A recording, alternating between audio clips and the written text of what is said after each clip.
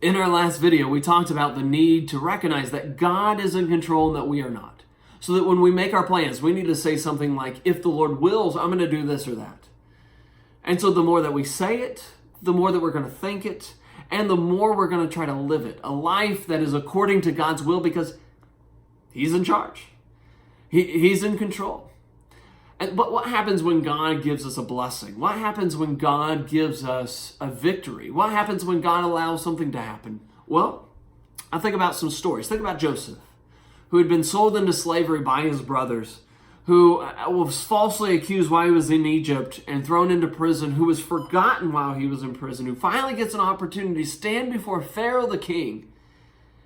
And Pharaoh's saying, Joseph, I've heard that you can do this. And Joseph doesn't take credit at all. Joseph said, it is not me, but God will give you the answer this day. Think about Daniel, who stood before Nebuchadnezzar and gave him both the dream and the interpretation after praying for it. And Daniel didn't take credit. He says, this is the God of heaven who's going to give you the answer this day. Think about David, little old David, who stood before great, huge Goliath.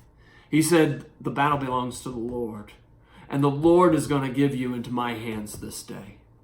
I think about Peter and John, who had healed that lame man in Acts chapter 3. And the crowd is looking at him like, wow, look what these men have done. And Peter says, why are you looking at us? Jesus is the one who has done this. I think about Paul, who gave an account of his missionary journeys, and he never talked about what he did. Like, I established this church, I baptized these people. No, it was what the Lord had done.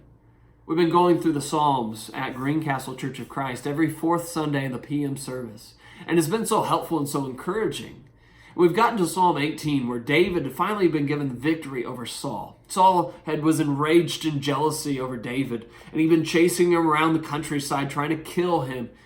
And David felt like he was drowning, felt like he was near death, because David lived a life of integrity and was seeking after the Lord in every area of his life. And David turned to the Lord. Finally, the Lord plucked him out of the water, and he delivered him. But all throughout Psalm 18, David is accurately giving credit to the Lord for even his abilities in this victory. He says, the Lord strengthened me. The Lord is the one who upheld me. The Lord is the one who trained me and gave me the victory. And I think that's helpful. He's verbally giving credit to God. That's helpful.